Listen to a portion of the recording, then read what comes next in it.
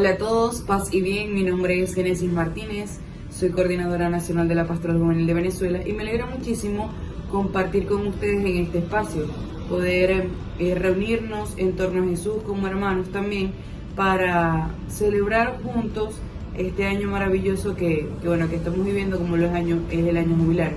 Enmarcado un poco en este lema, ¿no? Jóvenes Peregrinos de la Esperanza. Y bueno, Jóvenes Peregrinos de la Esperanza tiene como 3 elementos representativos en sí mismo de la palabra. Primero, jóvenes. Segundo, peregrinos. Tercero, esperanza, ¿no? En primer lugar, reconocer que estamos en un tiempo preciado como es la juventud y el Señor nos habla aquí en este momento de la historia. El ser jóvenes, el tener esa sensibilidad para con todo, tener esa capacidad de soñar, de anhelar, de construir grandes cosas y de ser un tiempo decisivo en nuestra vida.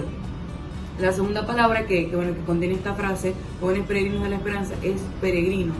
Es ese salir, incluso salir de nosotros mismos, porque el año jubilar no es solamente ir a Roma, sino peregrinar en nuestra propia vida, ¿no? Y asumir esto que se nos plantea como a vivir como un año, a asumirlo enteramente en nuestra vida. Y el peregrino normalmente no tiene seguridades. El peregrino no tiene seguridades porque va de un lado al otro con la esperanza de que está siendo acompañado por alguien, pero que se traslada de un lado a otro sin tener seguridad o comodidad alguna. Es muy diferente al turista, ¿no? Que el turista tiene todo medido, todo donde va a dormir, todo donde va a ser acomodado, qué va a comer. Pero el peregrino no. El peregrino se abandona un poco a lo que le va presentando la vida misma. Y bueno, así, ciertamente nosotros como jóvenes peregrinos estamos llamados a acoger la vida, ¿no? A acoger los días como van viniendo así ordinariamente, ¿no? Y el peregrino también va de un lado al otro, sale de sí mismo y se va encontrando con la gente en el camino. Se va encontrando con la gente en el camino y también se va encontrando con uno mismo, ¿no? Porque uno se encuentra al salir de su espacio, al visitar otros lugares, al entrar en contacto con nuevas personas, con nuevas situaciones, con la vida misma. Y por último, y en el que me quiero detener un poco, es en la esperanza, ¿no? Y este año se nos ha regalado vivir un año enmarcado o en torno a la esperanza, ¿no? Y que no pase como en los otros años que en anteriores era el año de la fe y se ponían barquitas por todos lados del año de la fe, las puertas santas, pero al final pasaba y se nos olvidaba la fe, el año de la fe, ¿no? Pero este año en particular, que se nos ha regalado la esperanza, que es una de esas 3 virtudes teologales, la fe, la caridad y la esperanza, estamos llamados a ser signos de esperanza en la vida de los demás, reconociendo que Jesús es la esperanza que nos defrauda. Y bueno, nosotros hemos de aprovecharlo en cada una de las comunidades donde servimos, entendiendo que no somos nosotros los que vamos a dar esperanza a la vida de los demás, que no somos nosotros quienes nos damos esperanza a nosotros mismos, sino que es Jesús, que lo hemos asumido en nuestra vida, que creemos que está con nosotros, que Él nos da la esperanza. Y obviamente cuando ponemos nuestra mirada en Jesús, nada se ve defraudado. El detalle es que como jóvenes peregrinos de la vida diaria, ponemos nuestra esperanza en cosas que son pasajeras, en personas que van y vienen, en situaciones que creemos que nos van a salvar la vida y que al final del día nos vemos defraudados y terminamos pensando que el mal en nuestras vidas tiene la última palabra, pero no es así. Hemos de redirigir la mirada hacia Jesús, hacia la cruz, y quiero con este espacio que se llama Jóvenes Peregrinos de la Esperanza invitarles a que en su peregrinar de la vida diaria, si empiezan a ser conscientes hoy, miren a Jesús como fuente de la esperanza, como la esperanza misma para que nuestros sueños, nuestros anhelos como jóvenes no se vean defraudados. Y sería interesante preguntarnos dónde está nuestra esperanza hoy, dónde la colocamos, en quién la ponemos. Porque si nos detenemos a mirar eso, en dónde ponemos nuestra esperanza, yo creo que sufriríamos menos. Tendríamos una visión de la vida muchísimo más cristiana, muchísimo más aterrizada, muchísimo más encarnada en la realidad y no nos defraudarían tanto. Y bueno, cuando la gente nos defraude, para nosotros no sería como un golpe que nos duela y que nos hiera, porque confiamos en que Jesús está ahí, que Él es nuestra esperanza. Entonces, bueno, ahorita ante tanta realidad, nosotros podemos ser signos de esperanza y podemos también ver y descubrir que hay cosas buenas, porque es que ante tanta maldad, ante tanta cosa que hay en el mundo, que hay en Venezuela, pudiéramos pensar que Dios se ha olvidado de nosotros, que no. Y es imposible a veces para muchos sostener y vivir en la esperanza.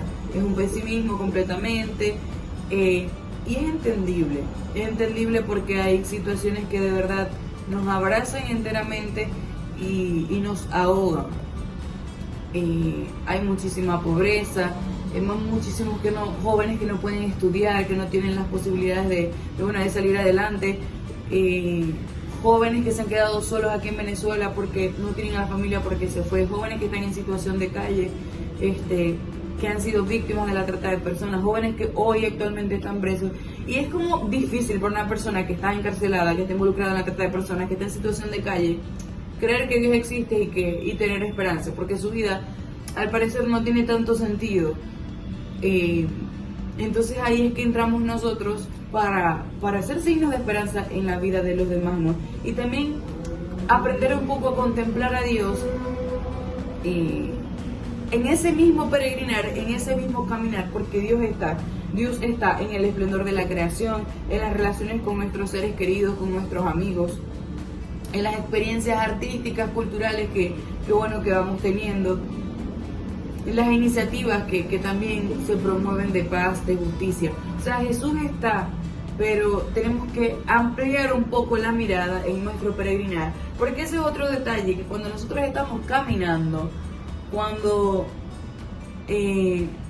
vamos en la peregrinación, a veces estamos pendientes de no sé qué cosa. O sea, la vida se nos pasa completamente y nosotros no somos capaces en nuestro peregrinar de contemplar que Jesús va como caminando con nosotros, así como lo hizo con los discípulos de Maús. Él siempre estuvo, pero nuestra visión nuestra mirada está puesta en cosas que no son, y no nos da el tiempo, no nos da la mirada para reconocer que Jesús ha estado caminando con nosotros siempre, que la esperanza misma ha estado caminando con nosotros siempre y que evidentemente no defrauda, ¿no?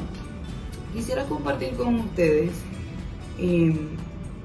ya reconociendo y mencionando que Jesús es la esperanza misma, ¿qué podemos hacer nosotros como peregrinos de la esperanza para seguir aprovechando enteramente lo que vimos con la iglesia? En primer lugar, reconciliarnos con los demás. Es insólito que nosotros este año estemos en conflicto con la gente y en conflicto con nosotros mismos, ¿no? Entonces, la primera invitación es: reconcíliate contigo mismo, con tu propia historia. O sea, detente a mirarte en este año jubilar para ver cómo estás tú, cómo está tu historia, porque eso también tiene que ver en la forma en que tú te relacionas con los otros, ¿no?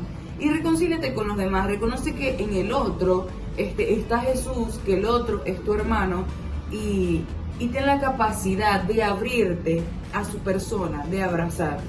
En segundo lugar, puedes hacer una opción por los últimos. Nosotros, estamos en todo esto de ir a la otra orilla, ¿no? Los jóvenes que están en la periferia, que no conocen a Jesús. Y eso es muy propio de Joven Misión, ¿no? De ir a la periferia, de ir a los últimos, la misión.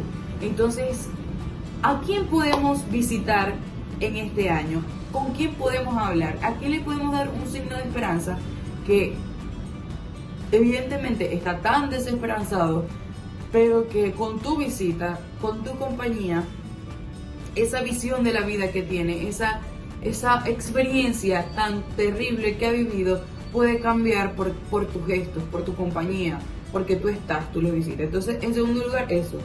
En tercer lugar, el tema de los sacramentos, ¿no? Participar activamente en la Eucaristía, en las Eucaristías, que realmente esto se haga vivo en nosotros.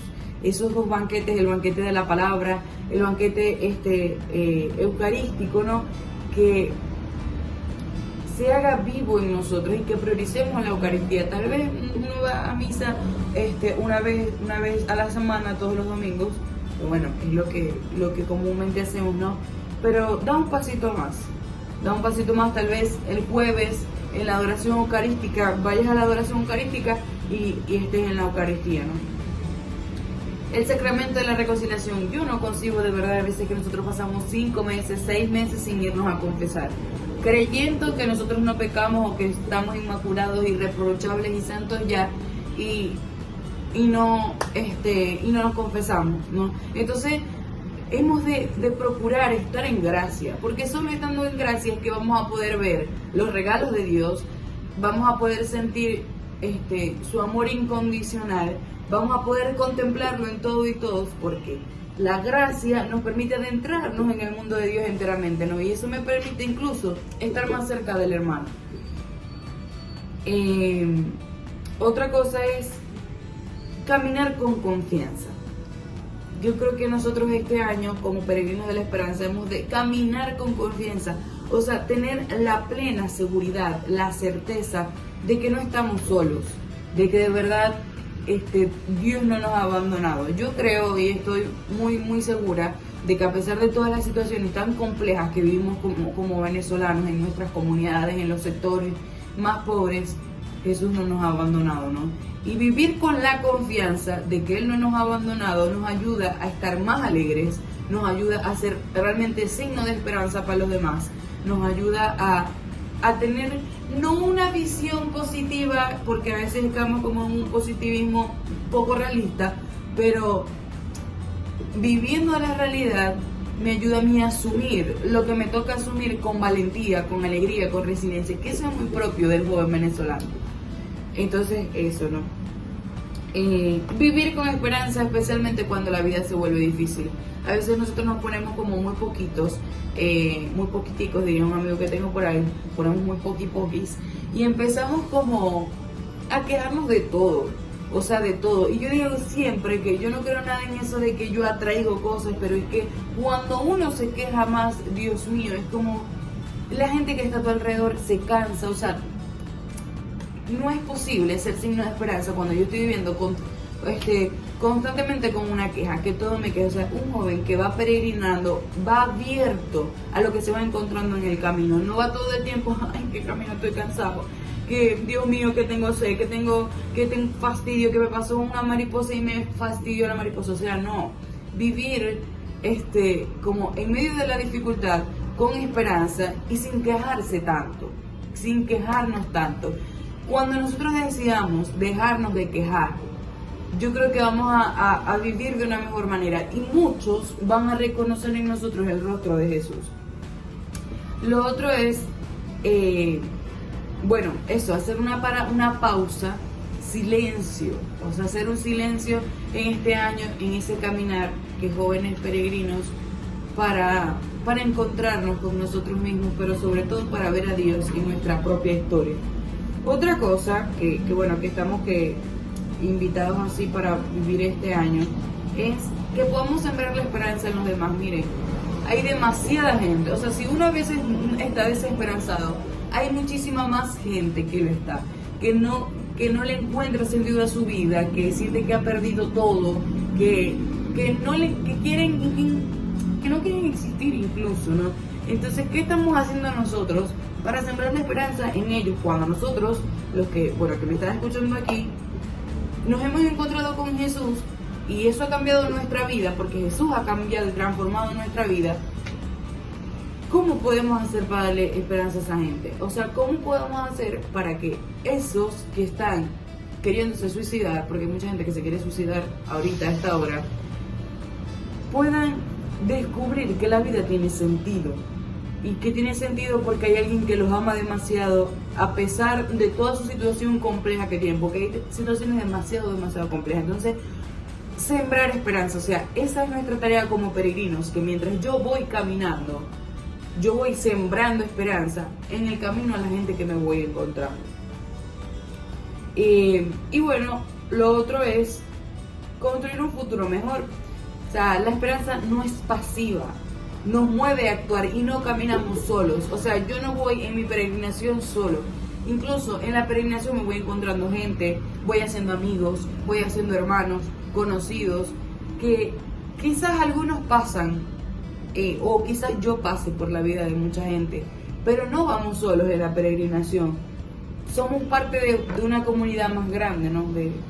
Y podemos nosotros trabajar con esperanza para que todas esas situaciones complejas que vivimos involucrándonos en grupos que hagan bien a la humanidad, en nuestras comunidades, podamos realmente hacerle bien a los otros, ¿no?